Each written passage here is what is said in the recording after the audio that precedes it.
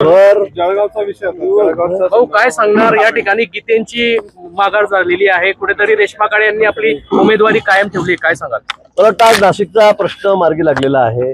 गोकुळ गीते यांनी आपली उमेदवारी मागे घेतलेली आहे आणि त्यामुळे आता जळगावचे प्रश्न उद्या सुटेल. आता इथे कुठला प्रश्न राहिलेलाच नाही मला असं वाटतं. अजूनही त्या तयारीत नाही माघार घ्यावी. अजून मी आता इथे आलेलो आहे, कोणाशी बोललोय नाही, कोणाशी भेट झालेली नाही. मला वाटतं त्यांचे नेते आमचे शिंदे साहेब शिवसेनेचे नेते ते खाली सूचना देतील. वरती बोल 5-7 दिवस आपण बघितलं सगळं कसं कसं चालू होतं नाशिकला, काय काय झालं ते आज तिथं आटोपलेलं आहे. जळगावचा घ्यायचा प्रश्नच नाही. दिवस थोडेसे राहिले काय राहतं त्याला, काय मतदारी थोडेसेच आहे. तुम्ही बोलले होते की नाशिकचा विषय मिटला की जळगावचा पण आपोआपच मिटेल. मग आता काय लगेच आता तिथे आता 2 तास झाले तर लगेच बैठक घेतील का सगळे मंत्री इथे? ठीक आहे ना. आता मी सांगितलेलं होतं की इकडचा प्रश्न मिटला की इकडचा मिटणार आहे आणि तो जवळपास मिटलेलाच आहे.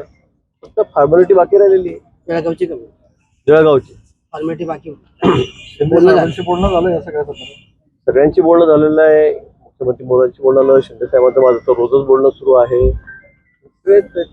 सावंत साहेब आम्ही रोज सोबत पक्षाचे दादा भुसे आहेत. उत्तर महाराष्ट्रामध्ये 2 जागा आहेत, जळगाव आणि नाशिक. दोन्ही क्लिअर झालेले आहे. त्यांपर्यंत निर्णय झाल्यासारखाच आहे. ठीक आहे, जाहीर करतील. गुलाब मला वाटतं आज इथे नाही आहेत, मुंबईला आहे, त्यांची सगळी बैठक आहे, त्यामुळे होईल उद्या परवा. तुला पोहायला मला वाटतं शिंदे साहेबच ते जाहीर करतील तिकडनं.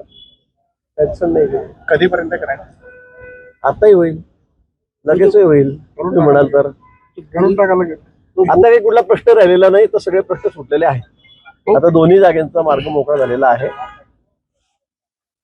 आता फक्त घोषणेची औपचारिकता बाकी आहे आता का? मी किती वेळा सांगू तुम्हाला, एकच प्रश्न दुसरीकडे शरद पवार गटाने काँग्रेसमध्ये विलीन होण्यासंदर्भातला प्रस्ताव दिल्याची माहिती आहे. तुम्हाला माहिती आहे. दोन कुठेही व्हावं नेत्यांमध्ये आता. चर्चा झाली. 15 ऑगस्ट पर्यंत शरद पवारांचा पक्ष काँग्रेसमध्ये विलीन होणार असं पण सांगितलं जात आहे. शुभेच्छा आहेत त्यांना. चांगलं आहे. राहुल गांधी आणि शरद पवार साहेबांची टीम मिळून चांगलं काम करतील, त्यांना शुभेच्छा आहेत. सक्षम विरोधी पक्ष इथं राहायला पाहिजे ना राज्यामध्ये. आता काही शिल्लकच राहिलेलं नाही. तुम्ही ठेवत नाही ना. सगळ्यांनी वेगवेगळं होऊन पाहिलं, एकत्र होऊन पाहिलं, पण कुठे काय तुम्ही ठेवत नाही विरोधी पक्ष. आता परवाच उद्धवजींनी विचारलं त्यांना त्यांच्या बैठकीमध्ये दिलेला की आपला चेहरा कोण, तर अजून पण भानगडी सुरू झाल्या.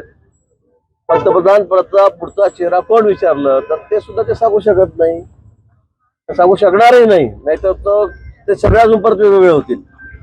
त्यामुळे राज्यात असेल काय, देशात असेल काय, सगळे 12 वाजलेले विरोधी पक्षाचे आपण बघतात. विरोधकांची शक्ती एकत्र करण्यासाठी आता टीएमसी नंतर राष्ट्रवादी शरद पवार सगळे जमा झाले. आता कुठे टीएमसी कुठे काय राहिलं, गेलं ना टीएमसी.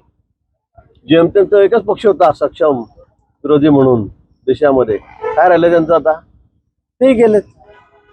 कॉक्रोच जनता पार्टीचा आज पुण्यात एल्गार बघायला मिळाला. धर्मेंद्र प्रधानांच्या राजीनाम्याची मागणी केली त्यांनी. थोडे दिवस चालणार या गोष्टी. आता तुम्ही बघितलं दिल्लीमध्ये एवढे मोठे दिवस गाजावाजा केला, काय झालं, काहीच होत नाही. आता त्यांचं ठीक आहे. आता त्यात काही मंत्र्यांनी प्रश्नपत्रिका फोडली का त्यांचा हात आहे असं कुठे काही आहे का? उगाच काहीतरी आपलं मागणी करायची म्हणून करायची, असं नाही काही राजीनामा होत नाही आणि अशा काही प्रश्न सुटणार नाही. आता ज्या परीक्षा होत आहेत तर आपण बघितलं किती काटेकोरपणे आणि किती व्यवस्थितपणे त्या त्यांचे पार पडलेले आहेत. अगदी मिलिटरीचं सैन्याचं सुद्धा त्या काही वायुसेनेचं सुद्धा सहकार्य घेतलं गेलेलं आहे. पंतप्रधान माननीय मोदीजी हे स्वतः त्याकडे बघतायत. म्हणून मला असं वाटतं की राजीनामा मागणं वगैरे हे तर चालू राहणार. राऊतांनी नेमका मोदींचा आणि त्या काँग्रेस जनता पार्टीच्या अध्यक्षांचा अभिजित केला होता. भेट घेतली. पण तो फोटो लगेच डिलीट केलाय संजय राऊतांनी परत. मला नाही माहिती त्यांनी का केला, कोणता टाकला फोटो, कोणता नाही टाकला, मला काही सांग माहिती. तुम्ही सांगता. सुमित्रा पवार आज म्हटलेलं आहे की आमच्या पक्षामध्ये अनावश्यक हस्तक्षेप खपवला जाणार नाही. ठीक आहे, मग कोण करतोय? आम्ही कुठेच केलं नाही. त्यांचा निशाणा कोणाकडे आहे, इशारा कोणाकडे, मला काही माहित नाही. पण आम्हाला काही आवश्यकता नाही. मला वाटतं आमच्याकडून कोणी काही तसं हस्तक्षेप करतही नाही. केळीचा जळगाव जिल्ह्यात मोठं नुकसान झालं, बैठकीला आपणही होते.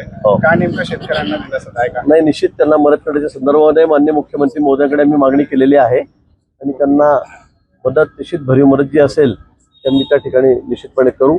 पण खूप मोठं नुकसान या वादळामुळे शेतकऱ्यांचं या ठिकाणी झालेलं आहे. त्या संदर्भामध्ये जिल्हाधिकाऱ्यांकडून सगळी माहिती, सगळे पंचनामे या ठिकाणी घेतलेले आहेत.